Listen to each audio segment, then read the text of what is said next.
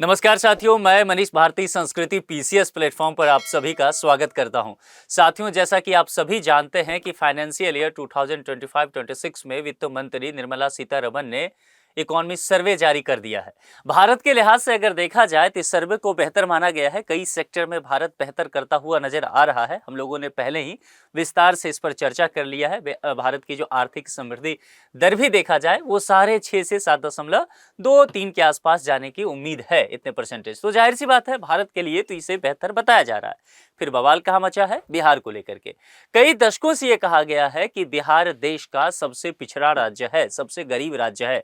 और इस बार ये उम्मीद किया जा रहा था कि पिछले कुछ समय में बिहार में कई सेक्टर में बेहतरीन कार्य हुआ है, तो इन सब चीजों को देखते हुए कि शायद बिहार बेहतर स्थिति में दिखेगा, लेकिन ऐसा होता हुआ नहीं नजर आया है। आर्थिक सर्वेक्षण जो इस बार का आया उसने फिर से एक बार हकीकत बयां किया है कि बिहार अभी भी इस देश का सबसे गरीब और पिछड़ा राज्य है। इन सब चीजों को लेकर के कहीं ना कहीं देखेंगे सियासत भी शुरू हो गया है, क्योंकि पिछले 20 साल से सत्ता में नीतीश कुमार ही मुख्यमंत्री बने हुए हैं। तो तमाम चीजें जो है यहां पर अब घूम फिर के ये प्रश्न आने शुरू हो गए हैं। क्या क्या आंकड़ा बिहार को लेकर के आर्थिक सर्वेक्षण पेश करता है उसको विस्तार से समझने की कोशिश करते हैं।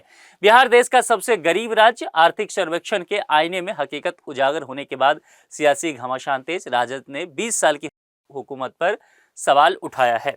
अब देखिए, जो यहां पर कहा गया है ना, 34 राज्य और केंद्र शासित प्रदेशों की सूची बताते हुए कही गई है, इसमें बिहार सबसे निचले पायदान पर आया है। ठीक है, अब देखते हैं जरा विस्तार से। आम बजट से पहले पेश हुए आर्थिक सर्वेक्षण ने बिहार की अर्थव्यवस्था पर ऐसा आईना दिखाया है जिससे सियासत के गलियारों में हलचल तेज हो गई है। अब देखिए, जो सर्वेक्षण होता है ना, वो पिछले साल का लेखा जोखा होता है कि क्या काम हुआ है, किस तरह से कहाँ किस सेक्टर में और बेहतर करने की गुंजाइश है, कहाँ पर कमी रह गया। यानी कि कुल मिलाकर के अगर पिछले वित्त वर्ष का देखा जाए तो वो आप कह सकते हैं कि फीडबैक भी होता है आर्थिक सर्वेक्षण। बजट जो होता है वो अनुमान होता है आगामी वित्त वर्ष का कि किस तरह से कहाँ पर खर्च वगैरह हो सकता है, ताकि उसके लिए फंड दिए जा सके। तो आर्थिक सर्वेक्षण जो बिहार के लिए बताया है वो बहुत ही बुरा बताया है। देखिए, भारत सरकार के आर्थिक सर्वेक्षण 2025-26 के मुताबिक प्रति व्यक्ति सालाना आमदनी के मामले में बिहार देश का सबसे गरीब राज्य साबित हुआ है। प्रति व्यक्ति इनकम, यहां देखिए पर कैपिटा इनकम की बात की गई है। पर कैपिटा इनकम कैसे निकलता है? आप जानते हैं इकोनॉमी का फॉर्मूला होता है कि आपको क्या करना है, नेशनल इनकम निकालना है, नेशनल इनकम, और इसको डिवाइड करना होता है पॉपुलेशन से, यानी कि जितनी जनसंख्या है उससे डिवाइड कर दीजिए। ठीक है, अब अगर पूरा इनकम निकालते हैं तो अगर पॉपुलेशन ज्यादा होगा जिस भी जगह का, तो पर कैपिटा इनकम मुझे बताइए क्या होगा वहां का? जाहिर सी बात है, सिंपल मैथमेटिक्स है कि पर कैपिटा इनकम वहां का कम हो जाएगा। बिहार की जनसंख्या देखेंगे तो लगातार तेजी से बढ़ती जा रही है, और इस वजह से पर कैपिटा इनकम, जो कि इंडस्ट्री नहीं है ना, और निवेश बाहर से अब धीरे धीरे आ रहा है लेकिन कम ही आ रहा है, तो कुल मिलाकर के पॉपुलेशन आपका बढ़ता जा रहा है और रिसोर्सेज का जो साइज है उसमें विस्तार देखने को नहीं मिल रहा। इस सब का पूरा नतीजा क्या होता है कि पर कैपिटा इनकम आपका गिरता है और फिर देश में आप सबसे निचले स्तर पर पहुंच जाते हैं। पिछले कई दशकों से बिहार के साथ यही हो रहा है और इस बार भी यही होता हुआ दिखा है। इसीलिए बिहार देश का सबसे गरीब राज्य यहां पर साबित फिर से हुआ। 34 राज्यों और केंद्र शासित प्रदेशों की सूची में बिहार सबसे निचले पायदान पे खड़ा है। 34 राज्य कहने का मतलब समझ रहे हैं ना, इसमें यूटी भी है, केंद्र शासित प्रदेश भी, यानी कि दिल्ली हो गया, पुडुचेरी हो गया, इसमें लद्दाख हो गया, जम्मू कश्मीर हो गया, ये सारे, चंडीगढ़, ये सब शामिल किए गए हैं, तब जाकर के आंकड़ा पहुंचा है। जहां एक व्यक्ति की औसत सालाना कमाई, ये मंथली नहीं है, एनुअल है, 70,000 रुपये से भी कम बताई गई है। अब देख लीजिए, यानी कि कोई एक व्यक्ति है, पर कैपिटा इनकम जो आप यहां कहेंगे वह 70,000 रुपये पर ईयर है बिहार में एक व्यक्ति का। तो 70,000 रुपये तो तकरीबन आप 5,000 से थोड़ा ज्यादा कह सकते हैं, है ना, लगभग आंकड़ा आपको यही देखने को यहां पर मिलेगा, 5,500 के आसपास। तो ये मंथली हो गया। तो आप समझ लीजिए, कोई व्यक्ति आज के समय में अगर 5,000, 5,500, 6,000 ही रख लीजिए, अगर इतना कमा रहा हो महीने का, तो क्या आप उसे एक बेहतर जीवन स्तर जीता हुआ देख पाएंगे? नहीं ना। और ये चीज आज भी बिहार की सच्चाई बनी हुई है। अब जैसे ही इकोनॉमी सर्वे ने ये खुलासा किया है, जाहिर सी बात है इन सब चीजों को लेकर के एक बवाल तो मचना ही था, जो देखने को मिला है। कुल मिलाकर के आर्थिक सर्वेक्षण यह बता रहा है कि बिहार की विकास दर अभी भी बहुत बुरी नहीं है, यानी कि अगर विकास दर की बात किया जाए तो उस रफ्तार में कमी देखने को नहीं मिल रहा है। लेकिन चिंता की बात क्या है, जब हम पर कैपिटा इनकम पर जाते हैं तब देखते हैं कि बिहार सबसे नीचे खड़ा है। देखिए, विकास दर बुरी नहीं है, लेकिन चिंता की बात है कि राज्य अपने ही पिछली 3 वर्षों की रफ्तार से इस साल फिसल गया है। यानी कि जो और बेहतर करना चाहिए था वो नहीं हो रहा है, यानी विकास हो रहा है मगर उस रफ्तार से नहीं जिसकी उम्मीद की जा रही थी। यहाँ पर एक दिक्कत और है कि पिछला साल जो रहा है वो विधानसभा चुनाव का रहा था। तो जो साल चुनाव का वर्ष रहता है वहां उम्मीद ये किया जाता है कि विभिन्न योजनाएं आता है, फंड ज्यादा दिए जाते हैं, विकास के कार्य और तेज होते हैं। तो पिछला साल बिहार विधानसभा चुनाव का साल रहा।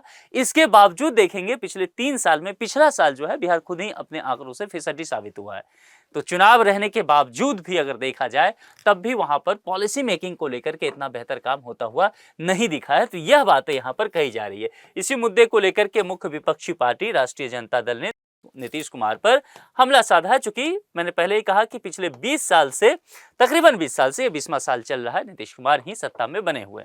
सर्वेक्षण के अनुसार 2024-25 में बिहार का सकल घरेलू उत्पाद यानी देखिए राज्य का जो अगर एसजीडीपी की बात करेंगे तो वहां पर कहा जा रहा है ये जो वर्तमान मूल्य पर करीब 8 लाख करोड़ रुपए आंका गया है, जो देश के 12 राज्यों से कम है। हालांकि राहत की बात यह है कि बिहार की जीडीपी विकास दर 13.07% रही है, जो 22 राज्यों से अधिक है। इसकी अपनी एक वजह है, क्योंकि आप देखिए बिहार में अभी निवेश जा रहा है। अब इस साल अगर देखा जाए तो काफी निवेश गया है। 400 से अधिक कंपनियों ने ये प्रपोजल दिया है बिहार सरकार के समक्ष कि हम निवेश वहां करना चाह रहे हैं, इंडस्ट्री खोलना चाह रहे हैं।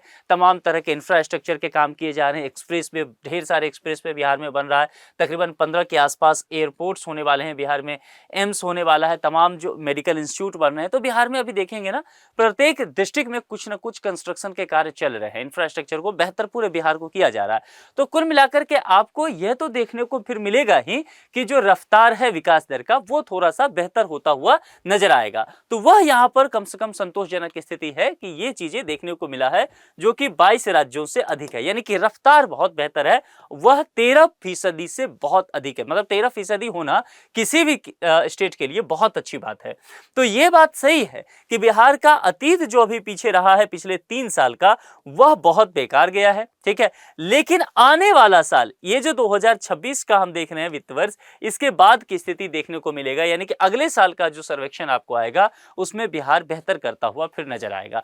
तो अभी थोड़ा सा धैर्य निश्चित तौर पर रखना पड़ेगा, क्योंकि बिहार में लगातार प्रत्येक जगह देखेंगे तो कुछ ना कुछ विकासात्मक कार्य हो रहे हैं। तो यहां पर यह कहा गया है कि गरीबी का सच है बिहार के सामने, जो कि 6,000 रुपया पर मंथ अगर किसी भी जगह के लोग आज की तारीख में कमा रहे हैं तो अपने आप में ये बहुत बुरी स्थिति है। लेकिन दूसरी तरफ ये उम्मीद है कि बिहार में विकास की जो रफ्तार है वो बहुत तेज स्थिति में है। कुल मिलाकर के आर्थिक सर्वेक्षण की इस रिपोर्ट पर निश्चित तौर पर आप समझ सकते हैं बिहार की सियासत गर्म होना लाजमी था। देश तक भी, दिल्ली तक भी ये बात पहुंचनी ही थी, क्योंकि बिहार में एनडीए की सरकार है, यानी कि कुल मिलाकर गठबंधन की सरकार है। तो केंद्र में जिस पार्टी की सरकार है वह भी बिहार में, राज्य में एक कह सकते हैं कि एक प्रमुख दल के रूप में सत्ता में भागीदारी कर रही है। और केंद्र में जो एनडीए की सरकार है उसमें बिहार सरकार भी पार्टिसिपेट कर रही है ना। तो कुल मिलाकर के अगर देखा जाए, जब दोनों जगह एक ही तरह की सरकार हो, कुल मिलाकर के डबल इंजन की जो बात की जाती है, राजनीतिक दुनिया में इस शब्द चर्चा का विषय रहता है, चलन में पड़ गया है। इसके बावजूद भी अगर किसी राज्य का विकास दर बहुत फीसदी रहा हो तो निश्चित तौर पर सवाल तो उठना ही चाहिए। दूसरी बात, नीतीश कुमार को विकास पुरुष कहा जाता है। पिछले 20 साल से बिहार की सत्ता में मुख्यमंत्री यही बने हुए हैं। तो जाहिर सी बात है, इसके बावजूद भी अगर बिहार बेहतर करता हुआ नहीं नजर आ रहा है तो प्रश्न तो उठने ही चाहिए। तो कुल मिलाकर के ये कहा जा रहा है कि क्या वाकई बिहार सही में बदल रहा है, या बिहार का विकास जो है जमीन पे ना दिख करके केवल फाइलों में दिख रहा है, केवल रिपोर्ट में ही दर्ज हो रहे हैं। आप लोग क्या इसके विषय में सोचते हैं, कमेंट करके मुझे जरूर बताएं। आज के लिए इतना ही। जुड़ने के लिए आप सभी का बहुत बहुत शुक्रिया। Thank you so much.